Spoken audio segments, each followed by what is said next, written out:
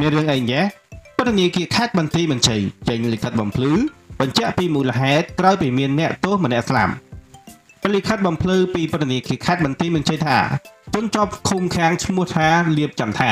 ភេទប្រុសអាយុ22ឆ្នាំដែលឃុំខ្លួននៅថ្ងៃទី23ខែធ្នូឆ្នាំ2023បានល្មើសកាន់កាប់ឬក៏ដឹកជញ្ជូនអាវុធដោយគ្មានការអនុញ្ញាតនិងហិង្សាដោយចេតនា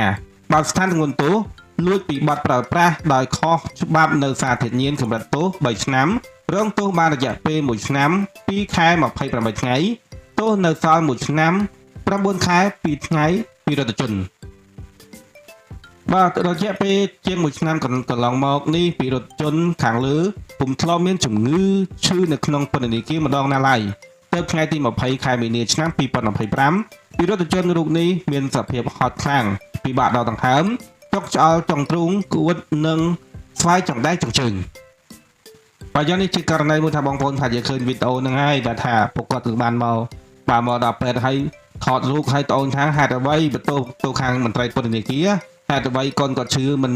មិនយកមកជាបាលតធ្ងន់យកមកអញ្ចឹងណាឥឡូវគឺគាត់ស្លាប់អីចឹងទៅហ្នឹងគឺខាងបាទពន្ធនាមន្ត្រីពន្ធនាគារខេត្តបន្ទាយមានជ័យក៏បានចេញលិខិតបំភ្លឺខាងក្រោមនេះបាទ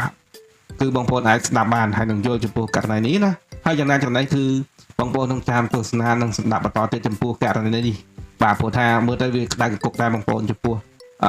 រឿងរ៉ាវដែលអ្នកទោសស្លាប់ណាបងប្អូនបាទហើយព័ត៌មានដែរគឺមានតែប៉ុណ្ណេះទេបាទសូមអរគុណសូមជម្រាបលា